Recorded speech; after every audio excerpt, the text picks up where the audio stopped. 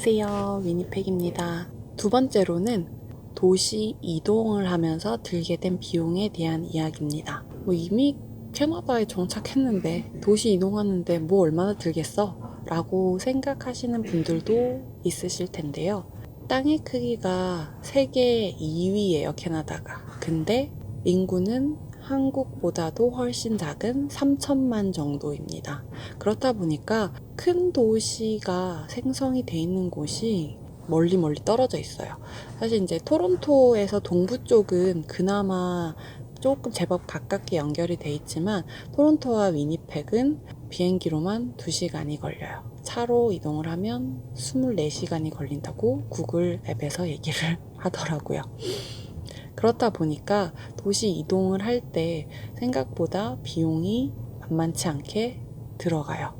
그나마 워홀인 저희 경우에는 가구 같은 짐이 없다 보니까 이사 비용이 좀 덜 들어간 편인데, 이미 정착을 해서 생활을 하고 계신 분들의 이사 비용은 사실 제가 지금 말씀드리는 비용에서 훨씬 더 많이 들어간다고 생각을 하셔야 됩니다. 그래서 개인 집만 가지고 도시 이동을 할 경우에 대한 비용 발생에 대한 이야기예요. 그 중에 첫 번째는 바로 비행기 비용입니다. 국내선 비행기는 언제 어떤 시기에 이동을 하느냐에 따라서 굉장히 천차만별의 가격을 가지고 있어요. 저희 같은 경우는 토론토에서 위니펙을 한 사람당 200불에 예약을 했는데요. 평균 정도라고 생각해 주시면 될 것 같아요. 더 저렴할 경우에는 150불 정도, 하지만 더 비쌀 경우에는 300불 정도까지도 드는 게 국내선 편도 비행기 값입니다.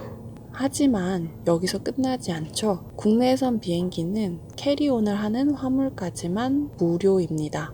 즉, 기내 반입이 가능한 물품까지만 무료라는 소리예요. 하지만 저희는 아무래도 수화물 짐이 있죠.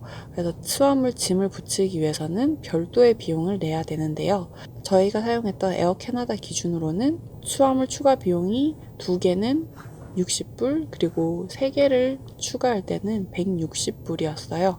제 거가 수화물 2개가 있었고, 그리고 짝꿍께 3개가 있었다 보니까 저희는 수화물 추가 비용만 220불을 사용을 했습니다.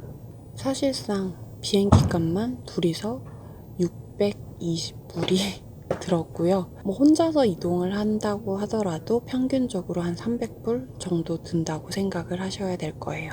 두 번째 도시 이동에 드는 비용은 바로 다시 초기 정착 비용이 듭니다. 어째서 초기 정착 비용이 다시 들게 되나 싶을 텐데요. 토론토에서 한 달 반 정도 살았는데 어째서 이렇게 짐이 늘었을까요?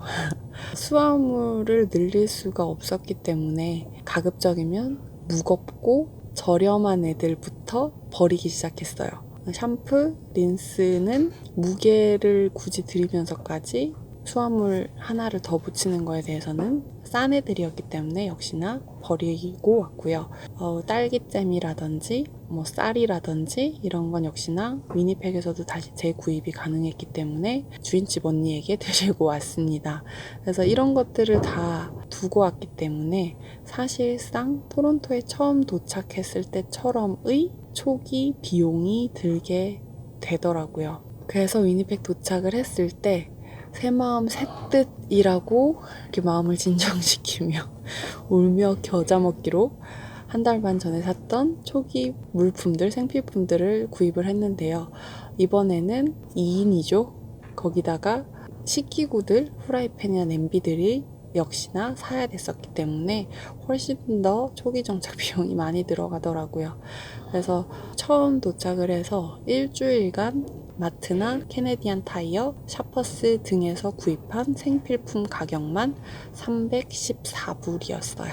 마지막 세 번째, 도시 이동에 드는 비용은 숙소 비용입니다. 그래도 같은 캐나다 내이다 보니까 처음 토론토 정착했을 때에 비해서는 미리 숙소를 정하고 이동을 했어요. 그래서 저희가 구하게 된 곳은 2달짜리 서블렛이었고, 다행히 그 서블렛 주인 언니가 굉장히 저렴하게 렌트를 해주셔서 2달치를 한 번에 내는 조건으로 1340불에 2달짜리 서블렛에 들어가게 됐습니다. 이렇게 해서 토론토에서 위니펙으로 도시 이동한 일주일간 사용한 비행기 값, 다시 든 초기 정착 비용, 그리고 숙소 비용까지 해서 총 2,274불이 들었어요. 워홀로 와서 지내고 있던 도시 말고 다른 도시가 궁금해서 도시 이동을 생각하고 있는 친구들이 생각보다 있더라고요. 그래서 저희의 도시 이동 때 들었던 비용을 공개를 하게 되었습니다. 저희처럼 먼 거리를 이동할 때 비행기가 아니라 기차나 버스를 사용하면 좀 더 저렴하지 않을까라고 생각을 하신 분들도 있을 것 같아요. 사실 캐나다는 버스와 기차에도 수화물 규정이 있습니다. 그래서 똑같이 비행기에서 수화물 추가하는 것처럼 수화물 비용을 지불을 하고 추가를 해야 되고요. 뿐만 아니라 기차 같은 경우는 비행기보다 싸다고 결코 얘기하기가 힘들어요. 거의 비슷한 가격이라고 생각을 하셔야 될 거예요. 근데 시간은 훨씬 오래 걸리고요. 그래서 비행기가 비쌀 것 같아서 기차나 버스를 알아보시더라도 비슷한 가격에 놀라실 수도 있습니다. 그래서 도시 이동은 생각보다 굉장한 비용이 드는 일이에요. 그래서 사실 1년 머물 워홀로 온다면 여행으로 다른 도시를 가는 건 하더라도 도시 이동은 전 딱히 추천을 하지 않습니다. 네, 그래서 여기까지 1탄 워홀 초기 정착 비용과 도시 이동에 드는 비용에 대한 영상이었어요. 그럼 다음 영상인 2탄 실제 캐나다에서 생활하면서 드는 생활비로 찾아뵙도록 하겠습니다. 그럼 여기서 저는 인사 올릴게요. 안녕.